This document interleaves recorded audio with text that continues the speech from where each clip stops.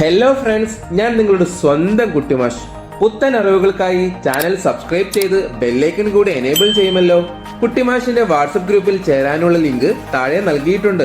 അപ്പൊ നമുക്ക് നേരെ ചോദ്യങ്ങളിലേക്ക് കടക്കാം. ഓണപരീക്ഷയുമായി ബന്ധപ്പെട്ട് 5ാം ക്ലാസ്സിലെ ഗണിതം അല്ലെങ്കിൽ മാത്സിൽ നിന്നും ചോദിക്കാൻ സാധ്യതയുള്ള ഏറ്റവും പ്രധാനപ്പെട്ട മോഡൽ ചോദ്യങ്ങളും അവയുടെ ഉത്തരങ്ങളുമാണ് ഈ വീഡിയോയിൽ ഞാൻ നിങ്ങളുമായി ഡിസ്കസ് ചെയ്യാൻ വേണ്ടി പോകുന്നത്. ഇവിടെ ചോദ്യങ്ങൾ മലയാളത്തിലും ഇംഗ്ലീഷിലും കൊടുത്തിട്ടുണ്ട്. പ്രവർത്തനം 1. സ്കെയിൽ, മട്ടം എന്നിവ ഉപയോഗിച്ച് താഴെയുള്ള ചിത്രം തന്നിട്ടുള്ള അളവിൽ വരയ്ക്കുക. 5 സെന്റിമീറ്റർ നീളവും 3 സെന്റിമീറ്റർ വീതിയും 2 സെന്റിമീറ്റർ ചെരിവുമുള്ള ഒരു ചതുരക്കട്ടയുടെ ചിത്രമാണ് നിങ്ങൾ വരയ്ക്കേണ്ടത്. Draw the given figure using a scale and set square with the given measurements. A rectangular block with length 5 centimetre, width 3 centimetre and slanting edge of 2 centimetre.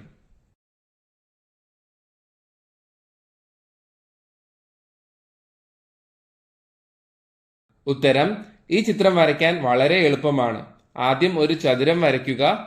Scale ഉപയോഗിച്ച് 5 centimetre നീളത്തിലും 3 centimetre വീതിയിലും ഒരു സാധാരണ ചതുരം വരയ്ക്കുക. ചെരിഞ്ഞ വരകൾ വരയ്ക്കുക. ആ ചതുരത്തിന് മുകളിലെ 2 മൂലകളിൽ നിന്നും മുകളിലേക്ക് ഒരേ ദിശയിൽ, ഉദാഹരണത്തിന് വലത്തോട്ട് 2 സെന്റിമീറ്റർ നീളത്തിൽ ചെരിഞ്ഞ വരകൾ വരയ്ക്കുക.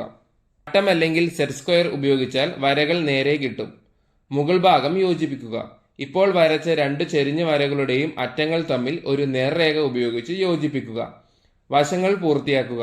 താഴത്തെ വലത്തെ മൂലയിൽ നിന്നും ഇതുപോലെ 2 സെന്റിമീറ്റർ ചെരിഞ്ഞ വര വരച്ച് മുകളിലെ മൂലയുമായി യോജിപ്പിക്കുക. ഇപ്പോൾ നിങ്ങൾക്ക് ചിത്രത്തിൽ കാണുന്നത് പോലെയുള്ള മനോഹരമായ ഒരു പെട്ടി അല്ലെങ്കിൽ ക്യൂബോയിഡ് കിട്ടും. കുട്ടികൾ ഈ പറഞ്ഞ രീതിയിൽ ഒന്ന് വരച്ച് പഠിച്ചു കഴിഞ്ഞാൽ നിങ്ങൾക്ക് എളുപ്പത്തിൽ ഇത് വരയ്ക്കാൻ വേണ്ടി സാധിക്കും. പ്രവർത്തനം 2. രാജു കടയിലേക്ക് 32 രൂപ വീതം വിലയുള്ള 130 നോട്ട് ബുക്കുകൾ വാങ്ങി. Raju bought 130 notebook from a shop, each costing 32 rupees. A question: ആകെ രാജുവിന് ചെലവായ തുക എത്രയാണ്? What is the total amount spend by Raju? ഇനി ഇതിൽ ബി ക്വസ്റ്റ്യൻ: രാജു ഈ നോട്ട്ബുക്കിൽ 40 എണ്ണം ഒന്നിന് 34 രൂപ കൊടുത്ത് വാങ്ങിയെങ്കിൽ ആകെ എത്ര രൂപ രാജു കൊടുക്കണം? If Raju boat 40 of these notebooks at 34 rupees each, what would be the total amount he has to pay? ഇനി സി ക്വസ്റ്റ്യൻ വായിക്കാം. 40 ഗുണിക്കണം 34 തുല്യമായത് ഏതാണ്? Which of the following is equal to 40 into 34? Options ഉണ്ട്. എ, ബി, സി, ഡി എന്നിങ്ങനെ options കൊടുത്തിട്ടുണ്ട്. ഈ ഓപ്ഷൻസിൽ ഏതാണ് ശരിയുത്തരം എന്നാണ് നിങ്ങൾ കണ്ടുപിടിക്കേണ്ടത്. അപ്പൊ നമുക്ക് എല്ലാത്തിന്റെ ഉത്തരങ്ങൾ നോക്കാം. ആദ്യം എ ക്വസ്റ്റിന്റെ ഉത്തരമാണ്. അതിന്റെ ഉത്തരം എന്ന് പറയുന്നത് 4160 രൂപയാണ്. അതെങ്ങനെയാ കണ്ടുപിടിക്കുന്നതെന്ന് പറയാം. ഒരു ബുക്കിന്റെ വില എന്ന് പറയുന്നത് 32 രൂപയല്ലേ? 130 ബുക്കുകൾക്ക് എത്രയാകുമെന്നറിയാൻ 130നെ 32 കൊണ്ട് ഗുണിച്ചാൽ മതി. അതായത് 130 ഗുണം 32 സമം 4160 രൂപയാകും. അതാണ് ആകെ രാജുവിന് ചെലവായ തുക. ഇനി ബി ക്വസ്റ്റ്യൻ: രാജു നോട്ട്ബുക്കിന് 40 എണ്ണം ഒന്നിന് 34 രൂപ കൊടുത്ത് വാങ്ങിയെങ്കിൽ ആകെ എത്ര രൂപ ചെലവാകുമെന്നാണ് ചോദിക്കുന്നത്. ഉത്തരം എന്ന് പറയുന്നത് 1360 രൂപയാണ്. ഇവിടെ ഒരു ബുക്കിന് 34 രൂപയാണെന്ന് നമ്മൾ പറയുന്നുണ്ടല്ലോ. അങ്ങനെയുള്ള 40 ബുക്കുകൾ വാങ്ങിയാൽ 40 ഗുണം 34 സമം 1360 രൂപ നൽകണം. ഇതാണ് അതിന്റെ ഉത്തരം. ഇനി സി ക്വസ്റ്റിന്റെ ഉത്തരമാണ്. ക്വസ്റ്റ്യൻ എന്ന് പറയുന്നത് എന്തായിരുന്നു? 40 ഗുണം 34 തുല്യമായത് എന്താണെന്നാണ് ചോദിക്കുന്നത്. 40 ഗുണം 34 എന്നതിനെ നമുക്ക് എളുപ്പത്തിൽ ഗുണിക്കാൻ 34നെ 30ഉം 4ഉമായി പിരിക്കണം. അപ്പോൾ ആദ്യം 40നെ 30 കൊണ്ട് ഗുണിക്കുക. പിന്നെ 40നെ 4 കൊണ്ട് ഗുണിക്കുക. അവസാനം അവ കൂട്ടുക. അതാണ് ബി എന്ന ഓപ്ഷനിൽ പറഞ്ഞിരിക്കുന്നത്. പ്രവർത്തനം 3. 24 ഗുണം 15 സമം 360 ആണ്. താഴെ തന്നിരിക്കുന്നവ മനക്കണക്കായി കണ്ടുപിടിക്കുക. 24 into 15 is equal to 360. Find the answers to the following. ഇവിടെ എ സമം 240 ഗുണം 15, ബി സമം 25 ഗുണം 15, സി സമം 23 ഗുണം 15, ഡി സമം 24 ഗുണം 16. അതുപോലെ ഒരു ഈ ക്വസ്റ്റ്യൻ കൂടിയുണ്ട്. 24 ഗുണം 15 തുല്യമല്ലാത്തത് താഴെ തന്നിട്ടുള്ളവയിൽ ഏതാണ്? Which of the following is not equal to 24 into 15? അപ്പൊ അതിനും ഓപ്ഷൻ ഉണ്ട്. അപ്പൊ നിങ്ങൾ ഇത്രയും ചോദ്യങ്ങൾക്കാണ് ഉത്തരം കണ്ടുപിടിക്കേണ്ടത്. നമുക്ക് ആദ്യം ഒരു കാര്യം ചെയ്യാം. ആദ്യം നമുക്ക് എ ക്വസ്റ്റിന്റെ ഉത്തരം നോക്കാം. എ ക്വസ്റ്റിന്റെ ഉത്തരം എന്ന് പറയുന്നത് 3600 ആണ്. 24നെ 15 കൊണ്ട് ഗുണിച്ചാൽ 360 കിട്ടും. ഇവിടെ 24ന് പകരം ഒരു 0 കൂടി ചേർത്ത് 240 ആക്കി. അപ്പോൾ ഉത്തരത്തിലും ഒരു 0 കൂടുതൽ ചേർത്താൽ മതി അല്ലെ? അപ്പോൾ ഉത്തരത്തിൽ കിട്ടി 3600. ഇനി ബി ചോദ്യത്തിന്റെ ഉത്തരം എന്ന് പറയുന്നത് 375 ആണ്. അതെങ്ങനെ കിട്ടിയെന്ന് പറയാം. ഇവിടെ 24 എന്നതിന് പകരം 25 അതായത് ഒരു 15 കൂടി അധികം വന്നു. അപ്പോൾ പഴയ ഉത്തരമായ 360 കൂടെ 15 കൂടെ കൂട്ടിയാൽ മതി. 360 + 15 = 375 ഇവിടെ ഉത്തരമായിട്ട് വരുന്നത്.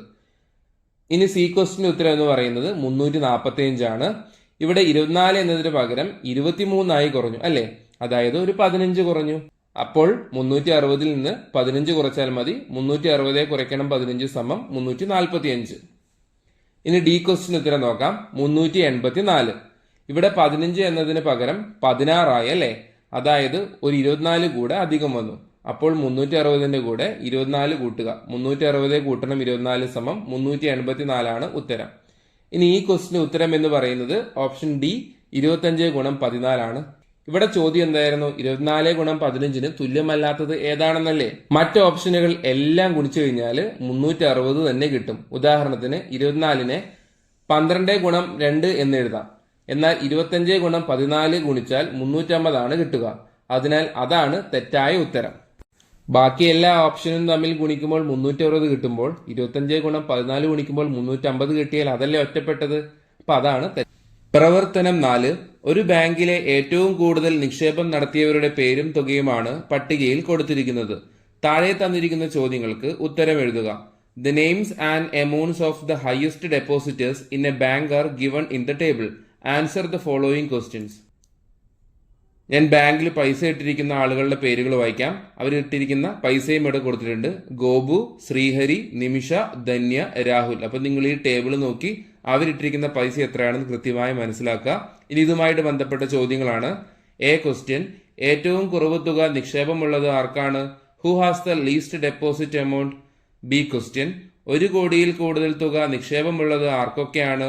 Who all have deposit amount more than 1 crore?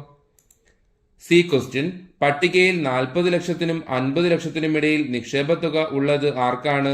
Who is the table has a deposit amount between 40 lakhs and 50 lakhs? D question, ഗോപുവിന്റെയും ശ്രീഹരിയുടെയും ആകെ നിക്ഷേപം എത്രയാണ്? What is the total deposit amount of Gopu and Sreehari? ഈ ക്വസ്റ്റ്യൻ, പട്ടികയിൽ നിന്ന് 1 ദശലക്ഷത്തിൽ താഴെയുള്ള നിക്ഷേപത്തുക എഴുതുക. Write the deposit amount from the table which is less than 1 million.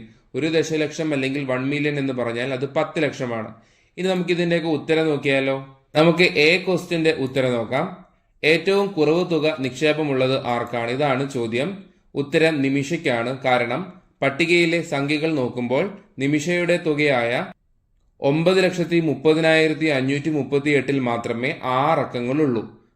ബാക്കി എല്ലാവർക്കും വലിയ തുകയാണ്. 1 കോടിയിൽ കൂടുതൽ തുക നിക്ഷേപമുള്ളത് ആർക്കൊക്കെയാണ്?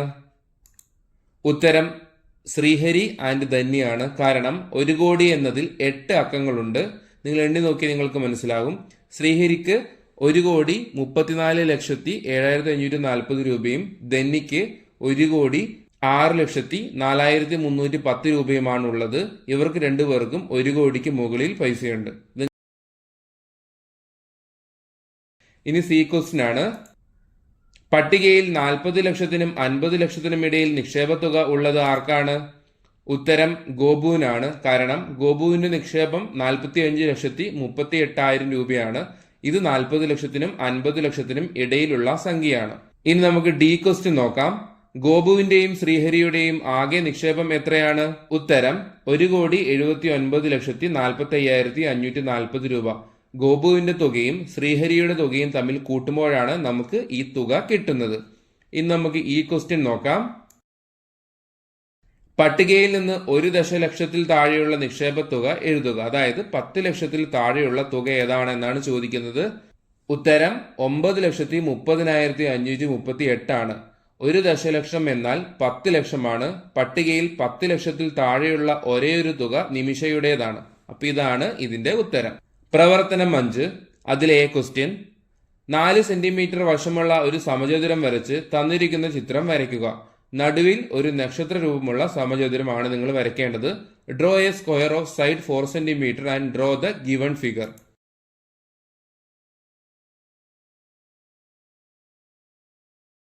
ഇനി ഇതിന്റെ ബി ക്വസ്റ്റ്യൻ ആണ്. 3 സെന്റിമീറ്ററും 2 സെന്റിമീറ്ററും ആരങ്ങളുള്ള വൃത്തങ്ങളാണ് ചുവടെയുള്ളത്. താഴെ തന്നിരിക്കുന്ന ചിത്രം നിങ്ങൾ കണ്ടു എന്ന് വിചാരിക്കുന്നു. രണ്ട് വൃത്ത കേന്ദ്രങ്ങളും യോജിപ്പിച്ച് വരച്ച വരയുടെ നീളം എത്രയാണ്? താഴെ ഒരു വലിയ വട്ടവും ഒരു കുഞ്ഞു വട്ടവും നിങ്ങൾ കണ്ടിട്ടുണ്ടാവും. അതിന് നടുക്കുകൂടെ ഒരു വര പോകുന്നുണ്ട്. അതിന് നീളം എത്രയാണെന്നാണ് ചോദിക്കുന്നത്. The given figure show circles with radius 3 centimetre and 2 centimetre. What is the length of the line joining the centres of the 2 circles? Options കൊടുത്തിട്ടുണ്ട്. 2 സെന്റിമീറ്റർ, 6 സെന്റിമീറ്റർ, 5 സെന്റിമീറ്റർ, 7 സെന്റിമീറ്റർ. നമുക്ക് ആക്ടിവിറ്റി 5-ലെ ഒന്നാമത്തെ ചോദ്യത്തിൽ ആ ചിത്രം എങ്ങനെയാ വരയ്ക്കുന്നത് നോക്കാം. ആദ്യം സ്കെയിൽ ഉപയോഗിച്ച് 4 സെന്റിമീറ്റർ നീളമുള്ള 4 വശമുള്ള ഒരു സമചതുരം വരയ്ക്കുക. സമചതുരത്തിന്റെ വശങ്ങളുടെ മധ്യഭാഗം, അതായത് 2 സെന്റിമീറ്റർ വരുന്ന ഭാഗം സ്കെയിൽ ഉപയോഗിച്ച് അടയാളപ്പെടുത്തുക. സമചതുരത്തിന്റെ 4 മൂലകളും കേന്ദ്രമാക്കി ഒരു വശത്തിന്റെ പകുതി, അതായത് 2 സെന്റിമീറ്റർ ആരമായി എടുത്ത് വൃത്തത്തിന്റെ ഭാഗങ്ങൾ വരയ്ക്കുക. അപ്പോൾ ചിത്രത്തിൽ കാണുന്നത് പോലെയുള്ള ഡിസൈൻ കിട്ടും. അത് പെൻസിൽ ഉപയോഗിച്ച് ഷെയ്ഡ് ചെയ്യുക. ഇതിന്റെ ചിത്രം ഞാൻ ആദ്യം കാണിച്ചിരുന്നു. അതുപോലെയാണ് വരയ്ക്കേണ്ടത്. ഇനി നമുക്ക് ഇതിന്റെ ബി ക്വസ്റ്റ്യൻ നോക്കാം. അതിന് ഉത്തരം എന്ന് പറയുന്നത് ഓപ്ഷൻ സി 5 സെന്റിമീറ്റർ ആണ്. ആദ്യത്തെ വൃത്തത്തിന്റെ ആരം 3 സെന്റിമീറ്റർ, രണ്ടാമത്തെ വൃത്തത്തിന്റെ ആരം 2 സെന്റിമീറ്റർ. ഇവ രണ്ടും മുട്ടിയാണ് ഇരിക്കുന്നത്. അതിനാൽ കേന്ദ്രങ്ങൾ തമ്മിലുള്ള അകലം കണ്ടുപിടിക്കാൻ ഈ ആരങ്ങൾ തമ്മിൽ കൂട്ടിയാൽ മതി. അതായത് 3 + 2 5 സെന്റിമീറ്റർ. ഇതാണ് ഉത്തരം. പ്രവർത്തനം 6. അതിലെ എ ചോദ്യം, 1, 3, 4, 5 എന്നീ അക്കങ്ങളെല്ലാം വരുന്ന 4 അക്ക സംഖ്യകൾ എത്ര എണ്ണമുണ്ട്? How many 4-digit numbers can be formed using all the digits 1, 3, 4 and 5? ഇനി ഇതിന്റെ ബി ക്വസ്റ്റ്യൻ, അവയിൽ ഒന്നിന്റെ സ്ഥാനത്ത് 5 വരുന്ന സംഖ്യകൾ എത്ര എണ്ണം ഉണ്ട്? Among them, how many numbers have 5 in the ones place? ഇനി ഇതിലെ സി ക്വസ്റ്റ്യൻ, അവയിൽ എത്ര ഇരട്ട സംഖ്യകൾ ഉണ്ട്? Among them, how many are even numbers? നമുക്ക് ഇവയുടെയൊക്കെ ഉത്തരം നോക്കിയാലോ. ആദ്യം നമുക്ക് എ ക്വസ്റ്റ്യൻ നോക്കാം. എന്തായിരുന്നു ചോദ്യം? 1, 3, 4, 5 എന്നീ അക്കങ്ങളെല്ലാം വരുന്ന 4 അക്ക സംഖ്യകൾ എത്ര എണ്ണമുണ്ട്? ഉത്തരം നോക്കാം. 24 എണ്ണമാണ് ഉത്തരം. കാരണം 4 അക്കങ്ങൾ ഉപയോഗിച്ചുണ്ടാക്കാവുന്ന സംഖ്യകളുടെ എണ്ണം കണ്ടുപിടിക്കാൻ 4 × 3 × 2 × 1 എന്ന് ചെയ്യണം. ഇതിനെ നമുക്ക് 6 × 4 = 24 എന്നും എഴുതാം. ഇനി ഇതിന് ബി ക്വസ്റ്റ്യൻ ഉത്തരമാണ്.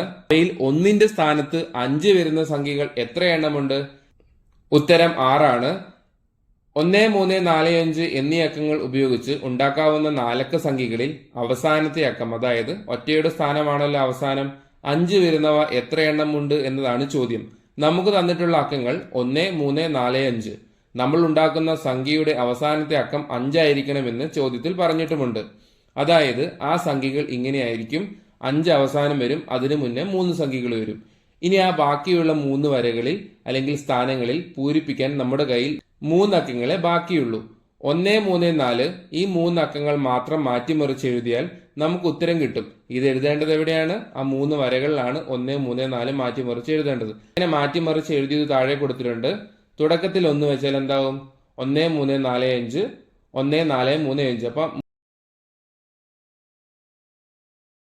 അതായത് 3ഉം 4ഉം അങ്ങോട്ടും ഇങ്ങോട്ടും ഉപയോഗിക്കുക. 5 അവസാനം സ്ഥിരമായിട്ട് തന്നെ വരും. ഇനി തുടക്കത്തിൽ 3 വെച്ചാലോ? 3, 1, 4, 5 3, 4, 1, 5. അപ്പൊ അവിടെ എന്ത് വരും? 2 എണ്ണം വരും. തുടക്കത്തിൽ 4 വെച്ചാലോ? 4, 1, 3, 5 4, 3, 1, 5. അപ്പൊ ഇവിടെ എന്ത് വരും? 2 എണ്ണം വരും. ഇപ്പൊ നിങ്ങളൊന്ന് എണ്ണി നോക്കിയേ. ഒന്നാമത്തെ ലൈനിൽ 2 വന്നു, രണ്ടാമത്തേൽ 2 വന്നു, മൂന്നാമത്തേൽ 2 വന്നു. ആകെ 6 സംഖ്യകൾ കിട്ടിയില്ലേ? ഇതാണ് ഉത്തരം. ഇനി നമുക്ക് സി ക്വസ്റ്റ്യൻ നോക്കിയാലോ. അതിന് ഉത്തരം എന്ന് പറയുന്നത് 6 ആണ്. ഈ അക്കങ്ങളിൽ 4 മാത്രമേ ഇരട്ട സംഖ്യയായുള്ളൂ, അല്ലെങ്കിൽ ഇവൻ നമ്പർ അല്ലേ. നമുക്ക് തന്നിട്ടുള്ള അക്കങ്ങൾ 1, 3, 4, 5. അപ്പൊ ഇതിൽ 4 മാത്രമല്ലേ ഇരട്ട സംഖ്യയുള്ളൂ. ഇതിൽ ഇരട്ട സംഖ്യയായിട്ടുള്ള ഒരേ ഒരു അക്കം 4. അതുകൊണ്ട് നമ്മൾ ഉണ്ടാക്കുന്ന 4 അക്ക സംഖ്യ ഇരട്ട സംഖ്യ ആകണമെങ്കിൽ ആ സംഖ്യയുടെ അവസാനം തീർച്ചയായും 4 വരണം. അതായത് സംഖ്യകളുടെ രൂപം ഇങ്ങനെയായിരിക്കും. ആദ്യം 3 സംഖ്യകൾ വരും, അവസാനം 4 വരും. ഇനി ഈ സംഖ്യകൾ ഏതൊക്കെയാണെന്ന് നമുക്ക് എഴുതി നോക്കാം. അവസാനത്തെ സ്ഥാനത്ത് 4 വെച്ചാൽ ബാക്കി നമ്മുടെ കയ്യിൽ പൂരിപ്പിക്കാൻ 1, 3, 5 എന്നീ 3 അക്കങ്ങളാണ് ഉള്ളത്. മുൻപത്തെ ചോദ്യത്തിലേതുപോലെ ഈ 3 അക്കങ്ങൾ മാത്രം മാറ്റിമറിച്ച് എഴുതിയാൽ നമുക്ക് എന്ത് കിട്ടും? ഉത്തരം കിട്ടും. അതെങ്ങനെയാണ് നോക്കിയാലോ. തുടക്കത്തിൽ നമുക്ക് 1 വെക്കാം. 1, 3, 5, 4 1, 5, 3, 4. ഇപ്പൊ 2 എണ്ണം വന്നില്ലേ. തുടക്കത്തിൽ 3 വെക്കാം. 3, 1, 5, 4 3, 5, 1, 4. തുടക്കത്തിൽ 5 വെച്ചാലോ? 5, 1, 3, 4 5, 3, 1, 4. അപ്പൊ അവിടെ 2 എണ്ണം വന്നല്ലേ. ഇപ്പോൾ എണ്ണി നോക്കൂ. ആകെ 6 ഇരട്ട സംഖ്യകൾ കിട്ടിയില്ലേ. ഇതാണ് ഇതിന്റെ ഉത്തരം. പ്രവർത്തനം 7. അതിലെ ക്വസ്റ്റ്യൻ, സ്കൂൾ സ്റ്റോറിലേക്ക് 1825 നോട്ട് പുസ്തകങ്ങൾ വാങ്ങണം. 25 പുസ്തകങ്ങൾ വീതമുള്ള എത്ര കെട്ടുകൾ വാങ്ങണം? 1825 notebooks need to be bought for the school store. How many bundles, each containing 25 books, should be bought? ഇനി ഇതിന് ബി ക്വസ്റ്റ്യൻ നോക്കാം. അധ്യാപകർക്ക് കൊടുക്കാൻ 225 നോട്ട് പുസ്തകങ്ങൾ കൂടി വാങ്ങി. 15 എണ്ണം വീതമുള്ള കെട്ടുകളായാണ് വാങ്ങിയത്. എങ്കിൽ എത്ര കെട്ട് നോട്ട് പുസ്തകങ്ങളാണ് പുതിയതായി വാങ്ങിയത്? 225 more notebooks were bought to give to the teachers. They were bought as bundles of 15 each. If so, how many bundles of notebooks were newly bought? C question. ഒരു സംഖ്യയെ 9 കൊണ്ട് ഹരിച്ചപ്പോൾ ഹരണഫലം 0-ഉം ശിഷ്ടം 8-ഉം കിട്ടി. സംഖ്യ താഴെ തന്നിട്ടുള്ളവയിൽ ഏതാണ്? When a number is divided by 9, the quotient is 0 and the remainder is 8. Which of the following is that number? ഇവിടെ ഓപ്ഷൻസും കൊടുത്തിട്ടുണ്ട്. നിങ്ങൾ ശരിക്കും വായിച്ചു നോക്കുക. എ ഉണ്ട്, ബി ഉണ്ട്, സി ഉണ്ട്, ഡി ഉണ്ട്. അപ്പൊ ഇതിലേതാണ് ഉത്തരം എന്നാണ് ചോദിക്കുന്നത്. നമുക്ക് ഇതിന്റെ എല്ലാത്തിന്റെ ഉത്തരം നോക്കിയാലോ. ആദ്യം നമുക്ക് എ ക്വസ്റ്റിന്റെ ഉത്തരം നോക്കാം. എന്തായിരുന്നു ചോദ്യം? സ്കൂൾ സ്റ്റോറിലേക്ക് 1825 നോട്ട് പുസ്തകങ്ങൾ വാങ്ങണം. 25 പുസ്തകം വീതമുള്ള എത്ര കെട്ടുകളാണ് വാങ്ങേണ്ടത്? അതാണ് ചോദ്യം. അപ്പൊ അതിന് ഉത്തരം എന്ന് പറയുന്നത് 73 കെട്ടുകളാണ്. കാരണം ആകെ 1825 പുസ്തകങ്ങളാണുള്ളത്. ഒരു കെട്ടിൽ എത്രയുണ്ട്? 25 എണ്ണം. എത്ര കെട്ടുകൾ വേണമെന്ന് അറിയാൻ ഹരിക്കണം അല്ലെങ്കിൽ ഡിവൈഡ് ചെയ്യണം. 1825-നെ 25 കൊണ്ട് ഹരിക്കുമ്പോൾ അല്ലെങ്കിൽ ഡിവൈഡ് ചെയ്യുമ്പോൾ ഉത്തരം എത്ര കിട്ടും? 73 എന്ന് കിട്ടും. ഇനി നമുക്ക് ബി ക്വസ്റ്റ്യൻ നോക്കാം. എന്തായിരുന്നു ബി ക്വസ്റ്റ്യൻ? അധ്യാപകർക്ക് കൊടുക്കാൻ 225 നോട്ട് പുസ്തകങ്ങൾ കൂടെ വാങ്ങി. 15 എണ്ണം വീതമുള്ള കെട്ടുകളായാണ് വാങ്ങിയത്. എങ്കിൽ എത്ര കെട്ട് നോട്ട് പുസ്തകങ്ങളാണ് പുതിയതായിട്ട് വാങ്ങിയത്? അപ്പോൾ അതിന് ഉത്തരം 15 കെട്ടുകൾ. കാരണം ഇവിടെ ആകെ 225 പുസ്തകങ്ങളാണുള്ളത്. ഒരു കെട്ടിൽ 15 എണ്ണം. അപ്പോൾ 225-നെ 15 കൊണ്ട് ഹരിക്കുക. ഉത്തരം 15 കെട്ടുകൾ. അതാണ് അതിന്റെ ഉത്തരം. എന്തായിരുന്നു സി ക്വസ്റ്റ്യൻ? ഒരു സംഖ്യയെ 9 കൊണ്ട് ഹരിച്ചപ്പോൾ ഹരണഫലം 0-ഉം ശിഷ്ടം 8-ഉം കിട്ടി. സംഖ്യ താഴെ തന്നിട്ടുള്ളവയിൽ ഏതാണെന്നാണ് ചോദിക്കുന്നത്. അപ്പൊ നിങ്ങൾ ഓപ്ഷൻ ശരിക്കും നോക്കിയിട്ടുണ്ടെന്ന് വിചാരിക്കുന്നു. അപ്പൊ അതിന് ഉത്തരം എന്ന് പറയുന്നത് ഓപ്ഷൻ എ ആണ്. 0 × 9 + 8. അതെങ്ങനെ കിട്ടിയെന്ന് ചോദിച്ചാൽ, ഗണിതത്തിൽ ഒരു സംഖ്യയെ മറ്റൊരു സംഖ്യ കൊണ്ട് ഹരിക്കുമ്പോൾ ആ സംഖ്യ കണ്ടുപിടിക്കാൻ ഒരു സൂത്രവാക്യമുണ്ട്. സംഖ്യ സമം ഹരിക്കുന്ന സംഖ്യ ഗുണം ഹരണഫലം പ്ലസ് ശിഷ്ടം. ഇവിടെ ഹരിക്കുന്ന സംഖ്യ 9-ഉം ഹരണഫലം 0-ഉമാണ്. ശിഷ്ടം 8-ആണ്. അപ്പോൾ എങ്ങനെയാണത് കണ്ടുപിടിക്കുക? 9 × 0 + 8. അതായത് നമുക്ക് ഇപ്പോൾ ഈ സൂത്രവാക്യം അല്ലെങ്കിൽ ഇക്വേഷൻ ഉപയോഗിച്ച് ചെയ്തത് എ ആണ്. അതാണ് ഉത്തരം. 0 × 9 + 8. ഇനി പ്രവർത്തനം 8. ABCD സ്കൂളിലെ ലൈബ്രറിയിലേക്ക് പുതിയതായി 1505 പുസ്തകങ്ങൾ വാങ്ങി. ഇവ 12 അലമാരകളിലായി തുല്യമായി അടുക്കി വെക്കാൻ തീരുമാനിച്ചു. താഴെ പറയുന്ന ചോദ്യങ്ങൾക്ക് ഉത്തരം എഴുതുക. 1505 new books were bought for the library of ABCD school. It was decided to arrange them equally in 12 shelves. Answer the following questions. A question. ഒരു അലമാരയിൽ എത്ര പുസ്തകങ്ങൾ വീതം വെക്കാം? How many books can be placed in each shelf? B question. എല്ലാ അലമാരകളിലും തുല്യമായി അടുക്കി വെച്ച ശേഷം ബാക്കി എത്ര പുസ്തകങ്ങൾ വരും? How many books will be left over after arranging them equally in all shelves? C question. ഈ 1500 പുസ്തകങ്ങൾ, അതായത് ബാക്കി വന്ന 5 എണ്ണം ഒഴിവാക്കിക്കൊണ്ട് 12-ന് പകരം 15 അലമാരകളിലാണ് തുല്യമായി വെക്കുന്നതെങ്കിൽ ഒരു അലമാരയിൽ എത്ര പുസ്തകങ്ങൾ വെക്കാൻ കഴിയും? If these 1500 books are arranged equally in 15 shelves instead of 12, how many books can be placed in one shelf? നമുക്കിനി ഉത്തരം നോക്കിയാലോ. എന്തായിരുന്നു എ ക്വസ്റ്റ്യൻ? ഒരു അലമാരയിൽ എത്ര പുസ്തകങ്ങൾ വീതം വെക്കാം എന്നല്ല ചോദ്യം. ആൻസർ എന്ന് പറയുന്നത് 125 പുസ്തകങ്ങൾ. കാരണം ആകെ 1505 പുസ്തകങ്ങളാണുള്ളത്. അവ 12 അലമാരകളിൽ തുല്യമായി വെക്കാൻ 1505-നെ 12 കൊണ്ട് ഹരിക്കണം അല്ലെങ്കിൽ ഡിവൈഡ് ചെയ്യണം. 1505-നെ 12 കൊണ്ട് ഹരിക്കുമ്പോൾ ഹരണഫലം 125 എന്ന് കിട്ടും. 125 × 12 = 1500 തന്നെയല്ലേ? അതായത് ഒരു അലമാരയിൽ 125 പുസ്തകങ്ങൾ വീതം വെക്കാം. നമുക്ക് ബി ക്വസ്റ്റ്യൻ എന്താണെന്ന് നോക്കിയാലോ. എല്ലാ അലമാരകളിലും തുല്യമായി അടുക്കി വെച്ച ശേഷം ബാക്കി എത്ര പുസ്തകങ്ങൾ വരും? അതാണ് ബി ക്വസ്റ്റ്യൻ. അതിന് ഉത്തരം എന്തായിരുന്നു? ഉത്തരം 5 പുസ്തകങ്ങൾ. കാരണം 1505 പുസ്തകങ്ങളെ 12 അലമാരകളിലായി 125 വീതം വെക്കുമ്പോൾ ആകെ 1500 പുസ്തകങ്ങൾ വെക്കാൻ കഴിയും. ബാക്കി വരുന്നത് കാണാൻ 1505-ൽ നിന്നും 1500 കുറയ്ക്കുക. അപ്പൊ എത്ര കിട്ടും? 5 കിട്ടും. അതായത് 5 പുസ്തകങ്ങളാണ് ബാക്കി വരിക. ഹരിക്കുമ്പോൾ കിട്ടുന്ന ശിഷ്ടമാണ് ഉത്തരം. ഇനി അടുത്ത് നമുക്ക് സി ക്വസ്റ്റ്യൻ നോക്കിയാലോ. എന്തായിരുന്നു അതിന്റെ ഉത്തരം? ആദ്യം ചോദ്യം എന്താന്ന് നോക്കാം. ഈ 1500 പുസ്തകങ്ങൾ, അതായത് ബാക്കി വന്ന 5 നമ്മൾ ഒഴിവാക്കി, 12 പകരം 15 അലമാരകളിലാണ് തുല്യമായി വെക്കുന്നതെങ്കിൽ ഒരു അലമാരയിൽ എത്ര പുസ്തകങ്ങൾ വെക്കാൻ കഴിയും? ഉത്തരം എന്ന് പറയുന്നത് 100 പുസ്തകങ്ങളാണ്. ഇപ്പോൾ ആകെ 1500 പുസ്തകങ്ങളാണ് ഉള്ളത്. അവ 15 അലമാരകളിൽ തുല്യമായി വെക്കാൻ 1500നെ 15 കൊണ്ട് ഹരിച്ചാൽ മതി. 1500 ഡിവൈഡഡ് ബൈ 15 സമം 100 അല്ലെങ്കിൽ 100 കിട്ടും. അപ്പോൾ ഒരു അലമാരയിൽ 100 പുസ്തകങ്ങൾ വീതം വെക്കാം. ഇത്രയേ ഉള്ളൂ മാത്സിന്റെ മോഡൽ ചോദ്യങ്ങൾ. ഈ മോഡൽ ചോദ്യങ്ങൾ ഉപയോഗിച്ചുകൊണ്ട് നിങ്ങൾ നന്നായി ഓണപരീക്ഷയ്ക്ക് പ്രിപ്പയർ ചെയ്യുമെന്ന് വിചാരിക്കുന്നു. ഇതുവരെയും കുട്ടിമാഷിന്റെ യൂട്യൂബ് ചാനൽ സബ്സ്ക്രൈബ് ചെയ്യാത്തവരുണ്ടെങ്കിൽ എത്രയും പെട്ടെന്ന് തന്നെ സബ്സ്ക്രൈബ് ചെയ്യുമല്ലോ. ആ ബെല്ലൈക്കൺ കൂടെ എനേബിൾ ചെയ്യാൻ മറക്കരുത്. താങ്ക്